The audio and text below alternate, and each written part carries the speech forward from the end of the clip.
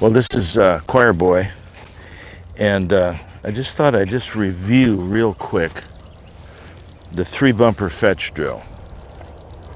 There's 1, 2, 3. Heel. Sit. Sit. Ready? Back. Good. Here. Heel. Sit.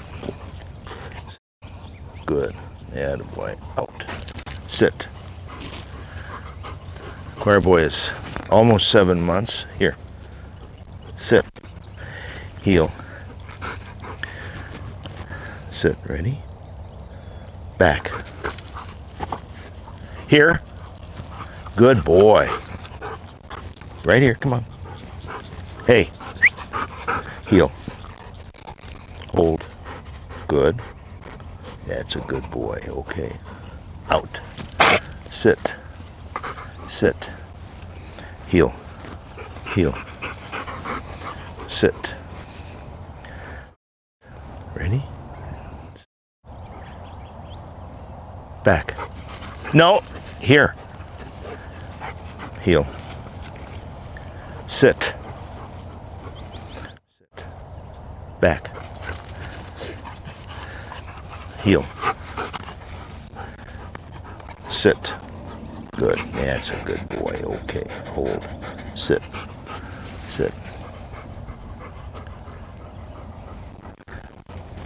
Sit. Here. Sit. Right there. Sit. Here. Back. Good. Here. Heel. Sit. Hold. Out. Sit. Here. Heel. Sit. Here. Back. Sit. Hold. Out. Sit. Here. Heel. Heel. Sit. Here. Sit.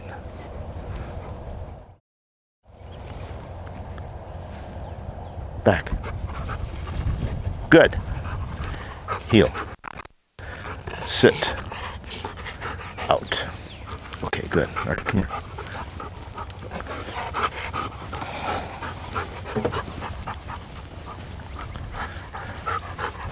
Here. Come here. Sit. Sit. Kennel.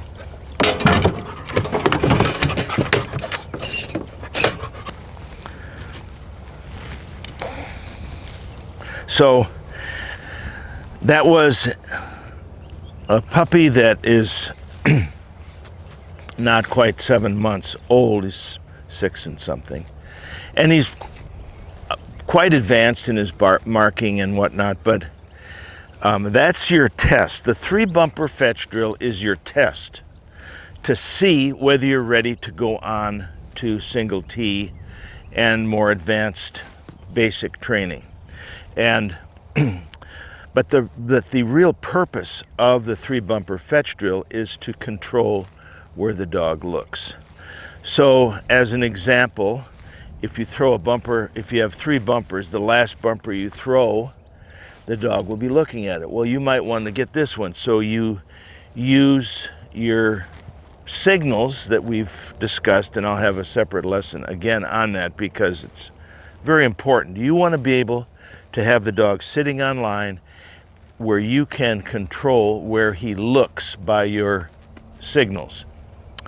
And so I just wanted to see where the Choir Boy was on that drill, and he needs to have a lot more work on it. But unfortunately, this isn't a good place for it. You should have real short grass so they're really looking, and you can tell, and so they can see what's out there. In an advanced version, you'd probably have maybe 2 bumpers and a bird. So the dog would want the bird, and then you can begin to work on controlling where he looks. So you can say, no, I don't want you to look at that. I want you to look at this bumper over here. And so it's a very important drill, and a dog that's really sharp and trained, you can be just like this and control within inches of where he looks. And that's why I like to have a dog with his head here, not out there, because if his head's way out there, where you have to do that, you can do all of this business you want and he won't be able to see it. So you lose that little intricate ability to control exactly where their head is pointed.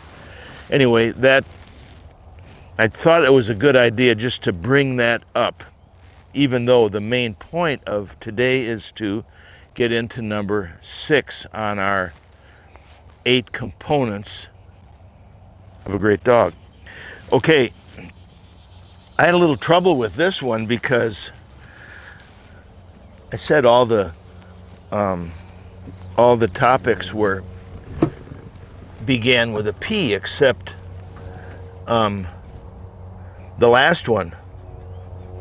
And then I thought to myself, what am I, a walking thesaurus or what? And I couldn't figure out a P word for what the topic is today, but eventually I did. And so the word is preview, but a better word really is review. But, you know, I mean, I didn't want to call any linguistic experts or anything, so I had to make this up on my own. But the point of it is, and it's a really important point, for whatever you're doing, you need a list, and it's a long one if you're talking about competitive retriever events. You need to list everything that you know your dog is going to need if he's going to go into competition. So many times you're in competition and you think, oh geez, I should have practiced that. I should have remembered to go over that. I should have remembered to review that. Things like poison bird under the arc, large amounts of decoys, a short bird, a long bird, and a flyer over here. We have to go from here to there to there, instead of what most dogs do is just go from here to here, and they don't see the long middle bird. The discipline coming out of the holding blind, all sorts of things. The list could have 100 items, and you have to have that list, and you have to go down the list and say, wait a minute, I haven't done this in a long time. I remember 2 things in nationals that were not totally difficult, but were unusual. I remember in one time there was an amateur national in Nevada, and they were getting ready for a double land blind, and they made an announcement. They said, we don't want anybody to leave the grounds. You all stay right here. And the reason they were doing that was because they had a test. They were pretty sure nobody had practiced ever. They had this split rail fence. It was about 150 yards from the line, and it was a big circle. And they had one blind inside the circle and another blind outside on the back side of the circle, so you had to hop that split rail fence twice, and they didn't want anybody to leave the ground so they could go practice it. Well, at that time there was a very famous dog named Ray's Rascal, who's still one of the top 5 dogs ever in field trials. I remember, just as a little vignette, I remember one time Rascal ran in a year 12 opens. and he won 6 of them. Now, that's how good he was. But so they had this blind and double blind, one inside the split rail fence and one through both sides of it. Well, dogs were coming up to this split rail fence and they had never seen it before.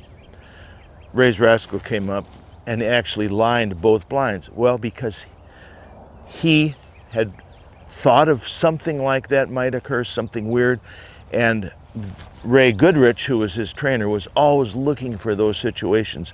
And his list was a mile long. He was always practicing new things that might crop up. And most people don't. They go out and they practice the same thing every day. Triple in a blind, double in a blind,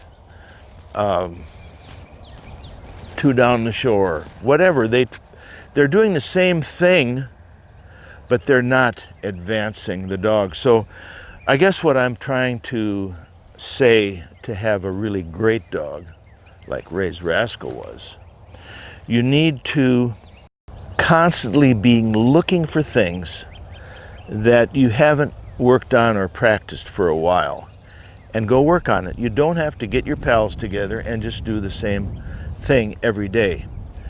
I remember one of the great trainers, one of the greatest trainers of all time, who's not with us anymore, but his name was Jay Sweezy, and he was always like that. Billy, you know, he'd always be thinking about what he might need to know or have practiced for a field trial based on the type of judge that he might know. So it's something that everybody can do. Don't just, practicing is something you have to do. You pick something and you practice it so you know it so well and by heart. But you always have to be thinking about something you haven't practiced, that you haven't worked on in a while, so that you don't say, oh, geez, here we are. I've seen it so many times. Hey, can I borrow a pheasant? My dog hasn't had a pheasant in a while. Or, geez, I should have practiced on those decoys. I should have done the out of order flyer or something that puts you at a disadvantage because you haven't worked on it for a while. So this might sound like it's a little boring in a way to go back through and make a list of all of the things you need to be good at in order to think you might win something. So that's number 6, preview or review everything you might need to know to be successful and to win. So that's number 6. Now, number 7, a lot of people have guessed already. That'll be coming up soon. But make your list now of all of the things that you know you should be good at, but you just haven't practiced in a while. Have a great day.